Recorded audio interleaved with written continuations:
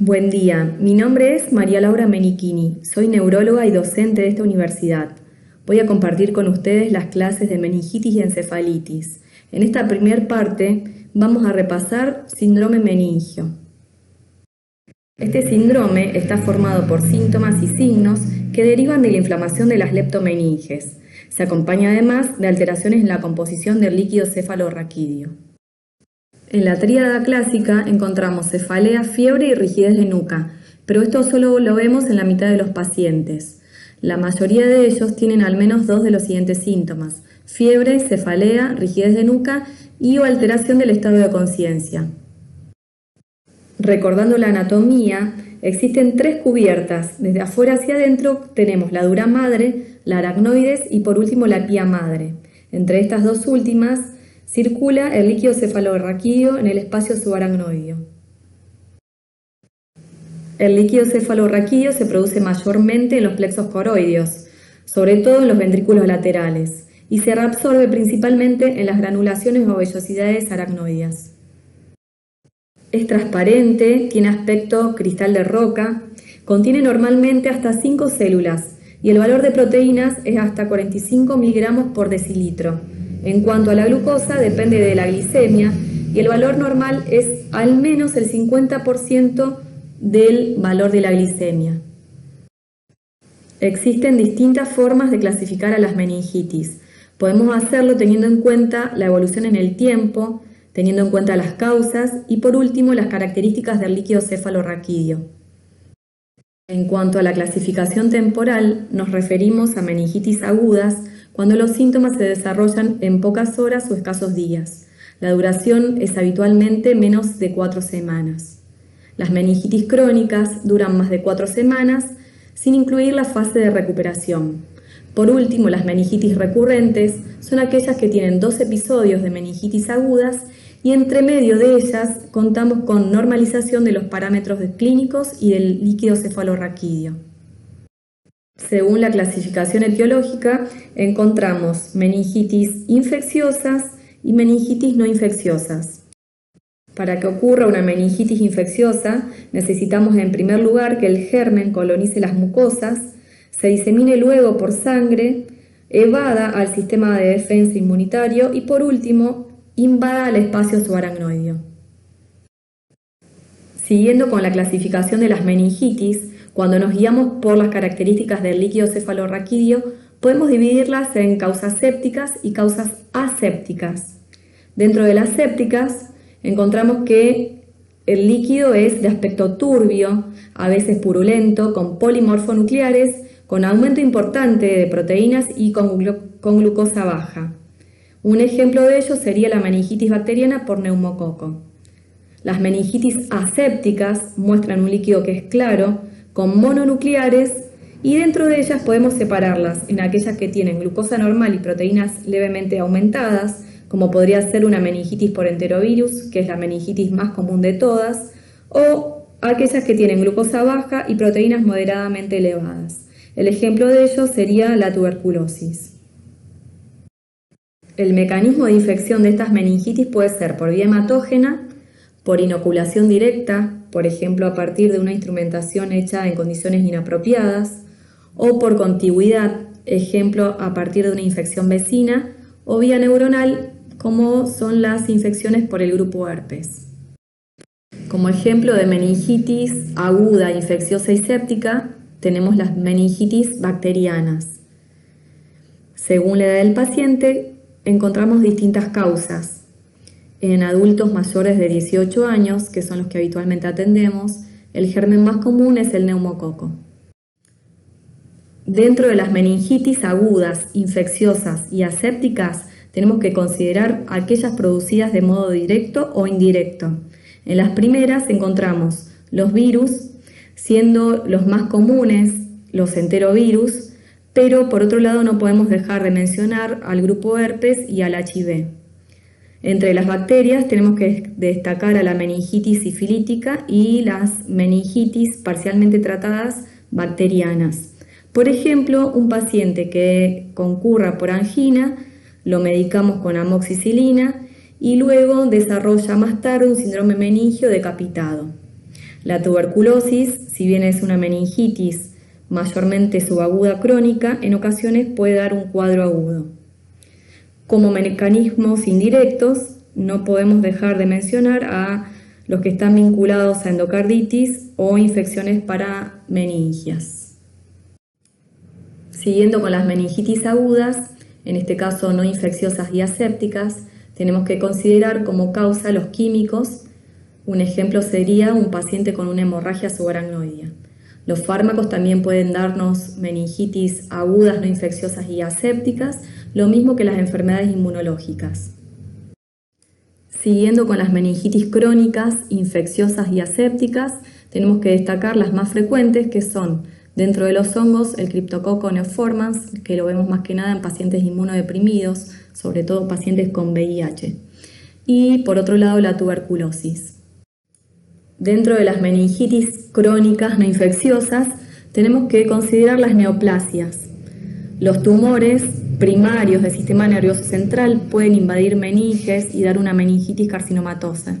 Lo mismo puede ocurrir con neoplasias hematológicas, como leucemias o linfomas, o con tumores sólidos de mama, de pulmón o melanomas que invaden las meninges.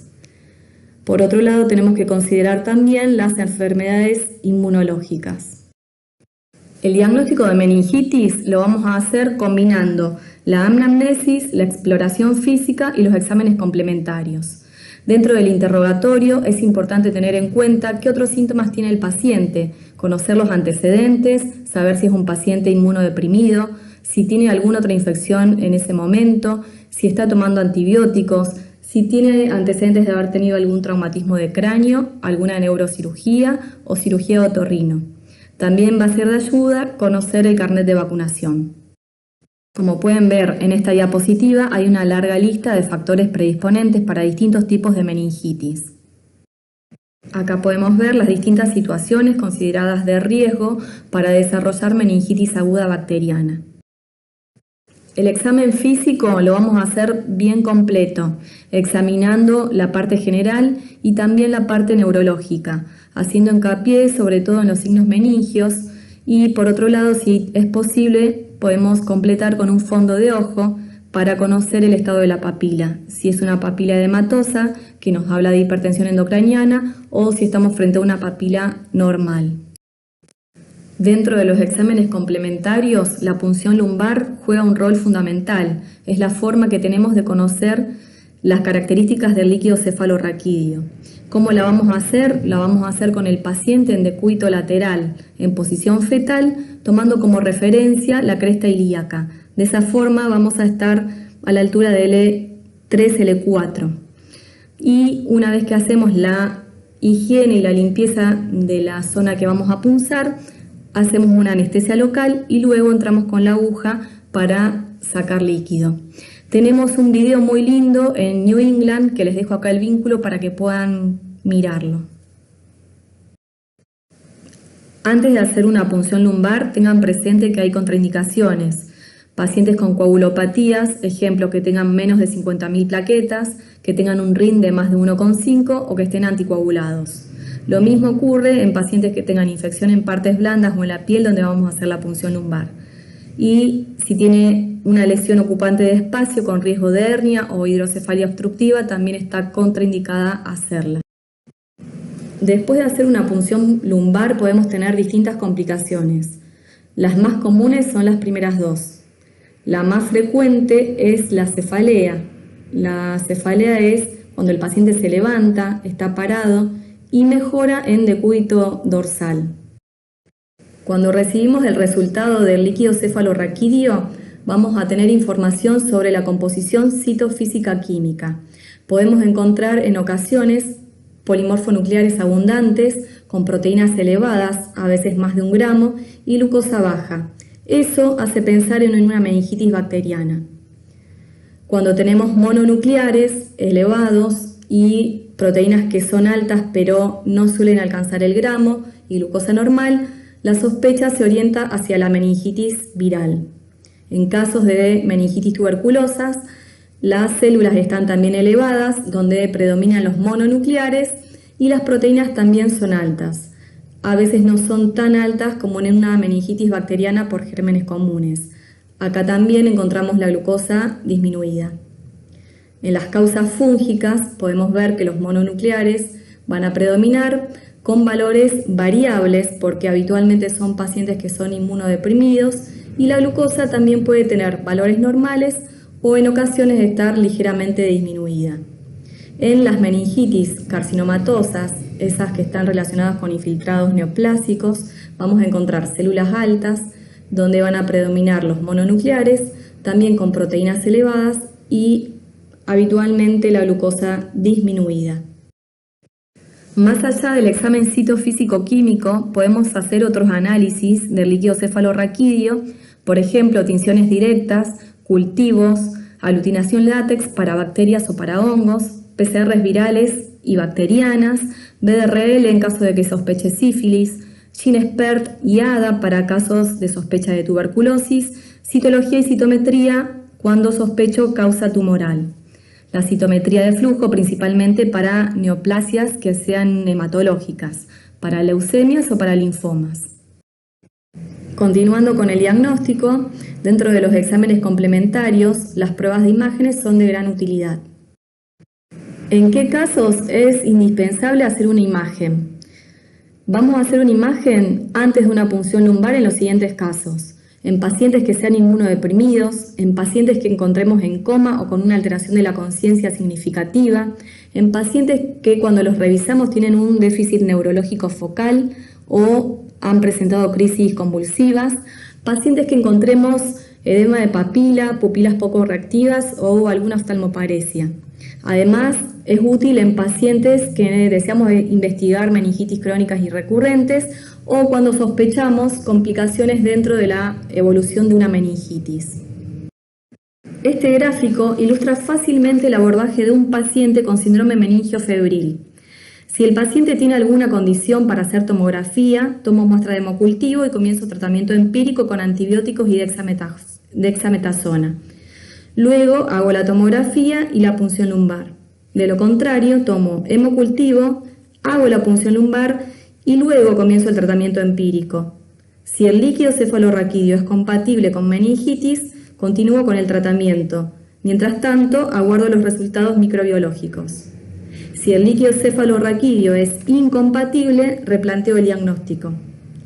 ¿Por qué tengo que empezar tratamiento empírico? Porque la meningitis bacteriana es una emergencia neurológica y postergarlo implica un riesgo para el paciente. ¿Qué tratamientos empíricos empleamos?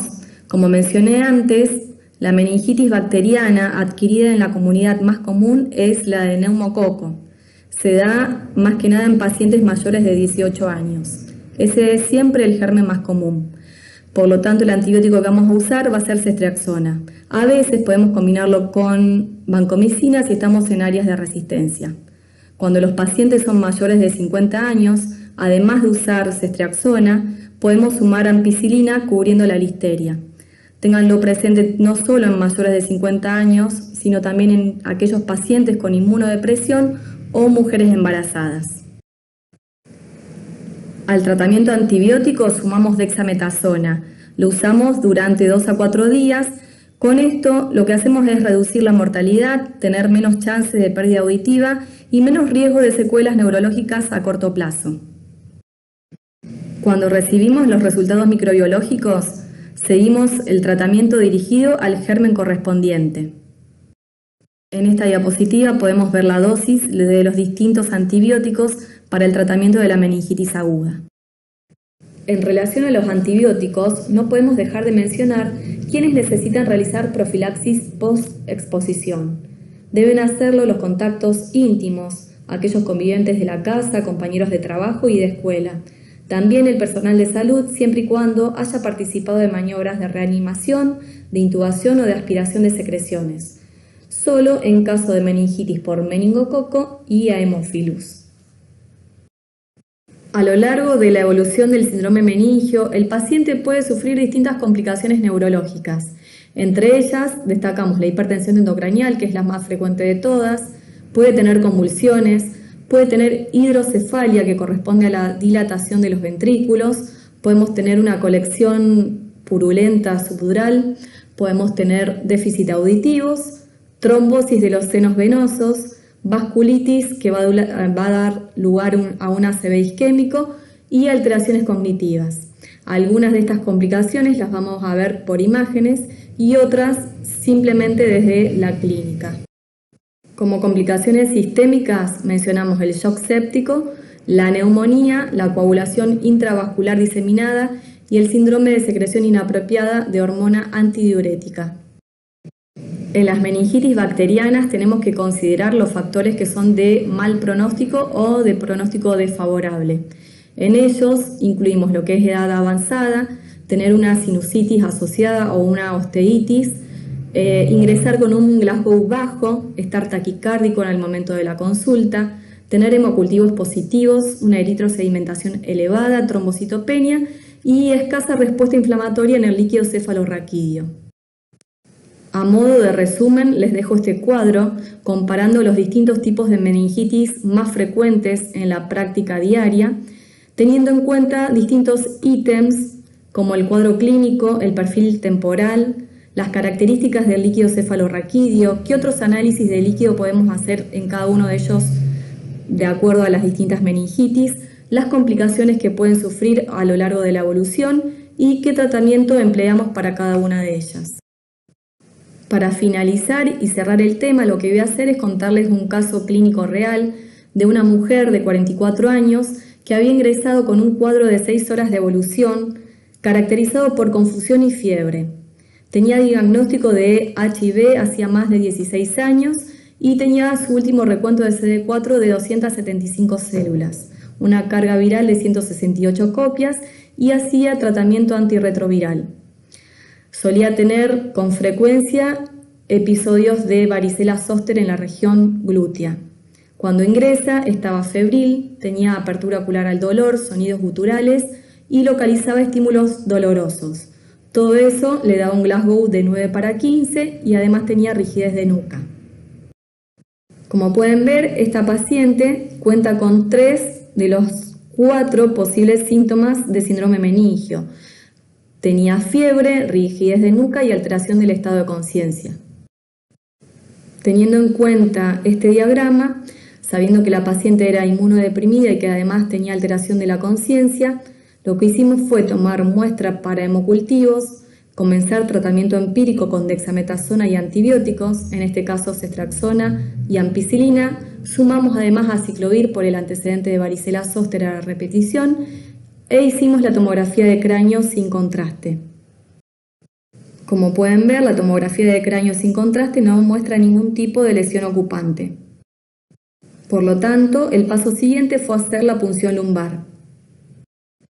El examen citofísico-químico del líquido cefalorraquídeo fue compatible con una meningitis bacteriana. Tenía 550 células, predominio de polimorfonucleares, una glucosa muy baja y proteínas de 9 gramos por litro. Con este líquido cefalorraquídeo decidimos suspender el aciclovir, continuar con el tratamiento empírico de cestraxona, ampicilina y dexametasona a la espera de los resultados finales microbiológicos. Finalmente, el resultado fue un neumococo. Por lo tanto, seguimos tratamiento antibiótico con cestraxona y lo mantuvimos durante 2 semanas. A lo largo de la evolución, encontramos en la paciente alteraciones cognitivas. Por lo tanto, decidimos hacer una tomografía para descartar si no tenía lesiones isquémicas o algún otro tipo de complicación, como por ejemplo una hidrocefalia. Podemos ver en forma comparativa ambas tomografías, la inicial y la posterior durante la evolución. Si se fijan en detalle, los surcos se encuentran más marcados, lo cual habla de que ya no tenemos signos de hipertensión endocraniana. Esto es todo, gracias por su atención y espero que el material les haya sido útil. Cualquier duda que tengan pueden contactarme al mail que figura en la pantalla. Nos vemos.